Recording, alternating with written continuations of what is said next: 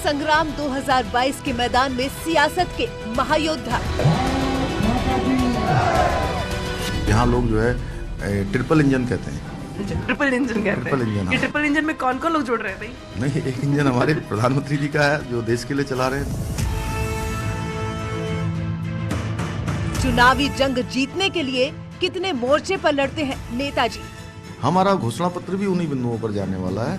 हम लोगों के सामने वो विजन रखने वाले हैं जो हम करने वाले हैं, जो हमारे मन में है, जो हमारे भाव में है, जो हमारे कर्म में है।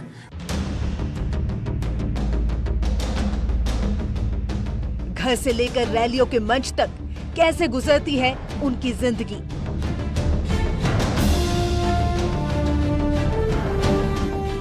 जनता के लिए कितना वक्त और समय का कितना हिस्सा फैमिली टाइम।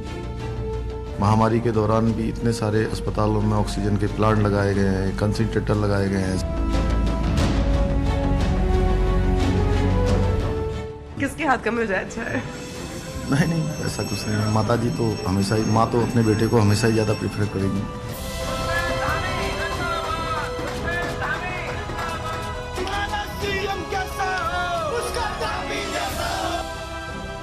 नेताजी के फैमिली टाइम के शो में आज हम उत्तराखंड के मुख्यमंत्री की जिंदगी को समझेंगे। उनके घर से लेकर मैदान तक की रणनीति पर बात करेंगे। खाने से लेकर उत्तराखंड के ख्याल रखने तक के मुद्दों पर चर्चा करेंगे। तो चलिए समझते हैं सीएम धामी अपनी फैमिली को कितना देते हैं टाइम।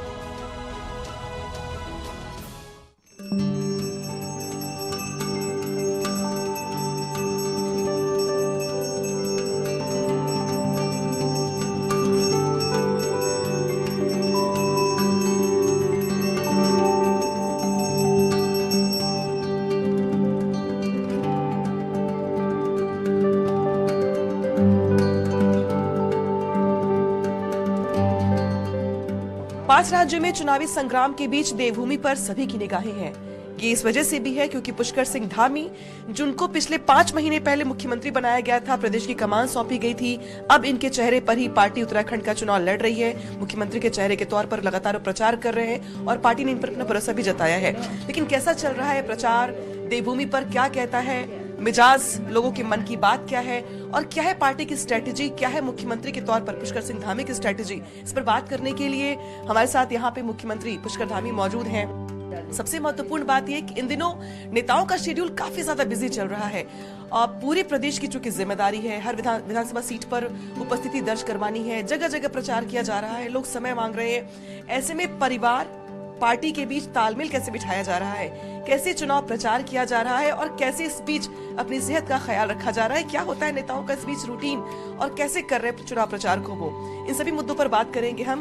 पुष्कर सिंह धामी, देख रहे हैं आप कि नाश्ते की टेबल पर बैठे हुए हैं। दरअसल ये वो वक्त है जिनसे आप इनसे मुलाकात कर सकते हैं क्योंकि इसके बाद आपको इनसे मिलना थोड़ा मुश्किल हो जाएगा क्योंकि इसके बाद अलग अलग जगहों पर प्रचार के लिए जाना होता है। तो ये इनका फैमिली टाइम है चुनाव प्रचार के बीच में। देख सकते हैं आपकी जो इनकी माता जी बगल में बैठी हुई हैं, पत्नी है, बच्चे हैं, जो इनसे सुबह सुबह इसी वक्त मिल पाते हैं क्योंकि इसके बाद शायद मिलना मुश्किल हो जाता है, लेट नाइट वापसी होती है और यही रूटीन लगभग अगर बात की जाए तो अलग अलग जो पॉलिटिकल लीडर्स हैं उनका है, लेकिन सबसे ज्यादा बिजी शेड्यूल है खुद मुख्यमंत्री पुष्कर सिंह धामी का। सर, कैसा चल रहा है प्रचार? नहीं, अच्छा चल रहा है और इधर 1-2 दिन से थोड़ा मौसम खराब है, इसकी वजह से कुछ जगह पर पहुंचना मुश्किल हो रहा है, कुछ जगह पर बारिश भी हो रही थी, लेकिन उसके बावजूद भी अच्छा चल रहा है सभी जगह। पूरे उत्तराखंड में मैं अभी तक अधिकांश जगह पर मैं जा चुका हूँ और मैं देख रहा हूँ कि अच्छा माहौल भी है हमारी पार्टी को लेकर, माननीय प्रधानमंत्री जी को लेकर और सरकार को लेकर भी अच्छा लोगों का ओपिनियन है और मैं आश्वस्त हूँ पुनः सरकार बन रही है। और बड़े आश्वस्त किस लिए है? 50 पार के लिए आश्वस्त है या फिर आप सरकार बनाने के लिए आश्वस्त है? 60 पार के लिए। 60 पार जी। इसका लेकिन कुछ तो आपने बेस बनाया होगा ना कि क्यों 60 पार, किस बिहाफ पे 60 पार? क्योंकि एक तो बहुत गंभीर आरोप लगाए जा रहे हैं कि भाई जो वादे किए गए वो पूरे नहीं हुए, जो पलायन का मुद्दा था, जो थारू जनजाति का मुद्दा था, बहुत सारे मुद्दों को लेके मैं चूंकि घूम रही थी लोगों में, कांग्रेस से कुछ लोग मुझे मिल गए, सवाल खड़े कर रहे थे। तो आप जो 60 पार का नारा दे रहे हैं इसके पीछे कारण क्या है? एक सवाल। दूसरा सवाल मैं ये पूछूंगी आपसे कि बतौर मुख्यमंत्री 6 महीने कितना काम करने का मौका मिला आपको?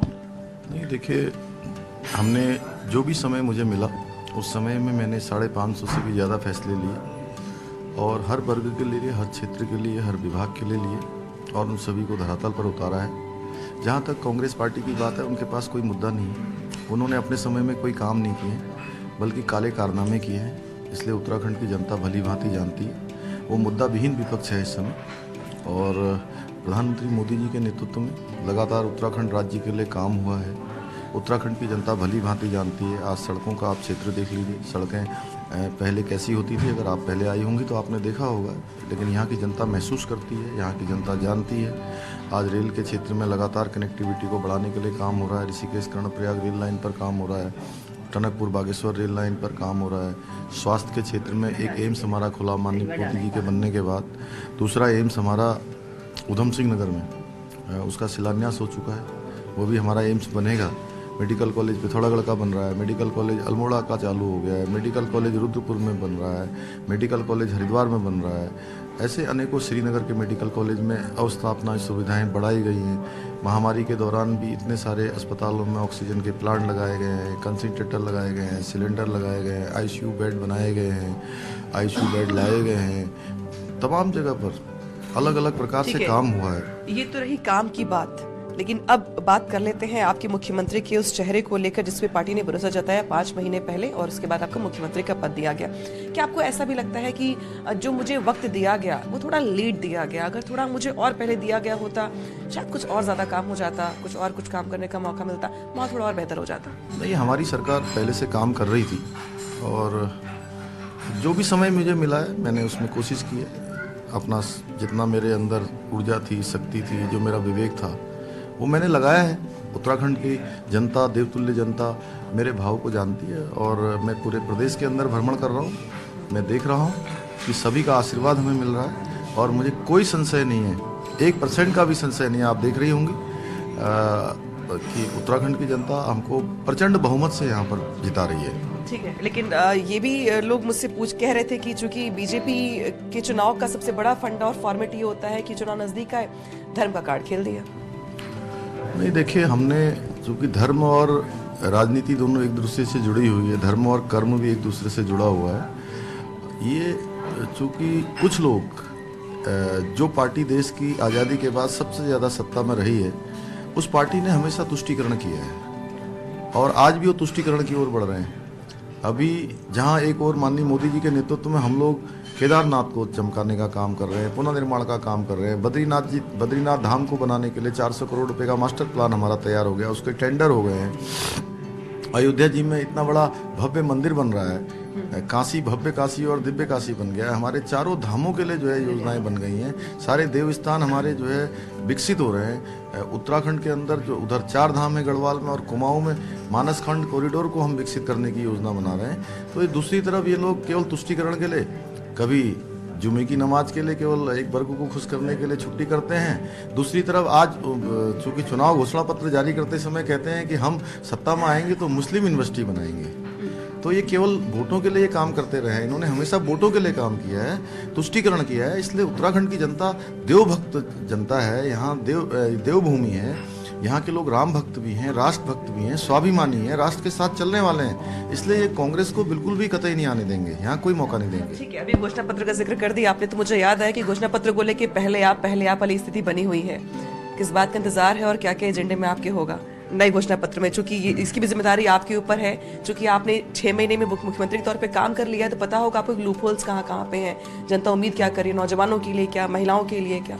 देखिए, हम नौजवानों को और महिलाओं को विशेष फोकस उसमें करने वाले हैं, रोजगार को करने वाले हैं, उद्योगों को करने वाले हैं। पलायन के लिए हमने योजना बनाई है।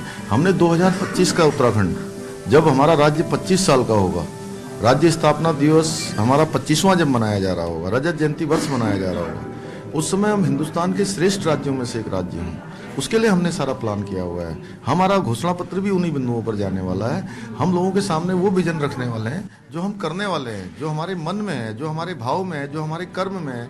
मनसा वाचा कर्मणा के आधार पर हम काम कर रहे हैं। ये तो बात रही। चलिए चुनाव की बात कर लेते हैं, आपके रूटीन की जो काफी व्यस्त चल रहा है आजकल। मैं देखिए आपकी माता जी बैठ के ब्रेकफास्ट करवा रही थी आपको। इस समय घर पे दिनचर्या कैसे गुजर रही है? नहीं, देखिए, जब से मैंने मुख्य सेवक के रूप में काम करना शुरू किया है, चूँकि पूरे प्रदेश का काम है, अधिकांश में देहरादून में ही मैं, चूँकि देहरादून से आना जाना होता है, और जब अपने निर्वाचन क्षेत्र में आता हूँ तो माताजी के साथ रहता हूँ, परिवार के साथ। चूँकि रात तक मैं 1, 1:30, 2 बजे तक पहुँचता हूँ, तब तक दोनों बेटे सो जाते हैं और उनसे कभी मिल पाता हूँ, कभी नहीं मिल पाता हूँ। जब सुबह उठता हूँ तो वो तब तक सोते रहते हैं, मैं निकल जाता हूँ। तो माताजी जगी रहती है। और धर्म माताजी ने आज आपको टीका लगाया, ये रोज लगाती है टीका? हाँ, रोज नियम से? जी, रोज लगाती है। ये नियम में? हाँ, जब भी मैं घर से निकलता हूँ अक्सर लगाती हूँ। अच्छा, अभी जैसे बतौर विधायक आपने काम किया खटीमा में, अब बतौर मुख्यमंत्री काम कर रहे हैं, तो लोग पूछते हैं कि भाई 9.5 साल वर्सेस 6 मंथ, कौन ज्यादा भारी पड़ा? नहीं, मैंने एक विधायक के रूप में भी जो यहाँ की प्राथमिकताएं थी उन सभी को बढ़ाया।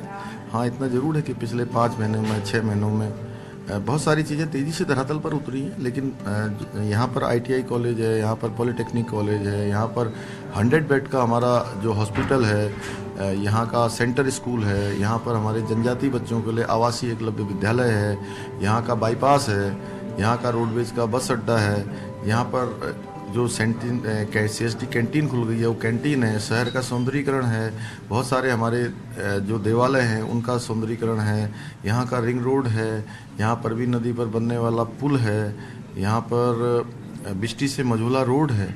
ऐसे अनेकों, शहर का शमशान घाट है या शहर का सौंदर्यीकरण है, ये भारामल बाबा हमारा प्रमुख स्थल है उसका सौंदर्यीकरण है। ये सारे काम मेरे विधायक रहते ही जो है, चूँकि मैंने इनको सबको आगे बढ़ाया था, उसी समय से चल रहे हैं। लेकिन 6 माह में कुछ नए कामों को भी बढ़ाया है, ADB की योजनाओं को भी लाए हैं हम लोगों ने। जो कैंटीन खुलने की प्रक्रिया थोड़ा स्लो हो रही थी उसको तेज़ बढ़ाया है। इसी प्रकार से रोडवेज का जो बस अड्डा है वो हमारा तेज़ी से बनना शुरू हुआ है।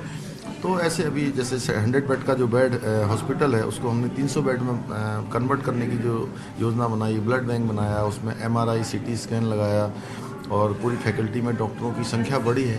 क्योंकि मुख्य सेवक होने के नाते थोड़ा इस क्षेत्र में भी लोगों का ध्यान गया। अच्छा, चलिए, आप नाश्ता कर रहे थे, मैंने बीच में रोक दिया आपको, आप खाते रहिए आराम से। नाश्ते में क्या ज्यादा पसंद है आपको?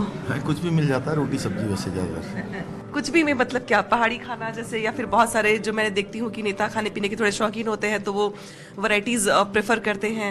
इस समय चुनाव में डाइट कैसी चल रही है?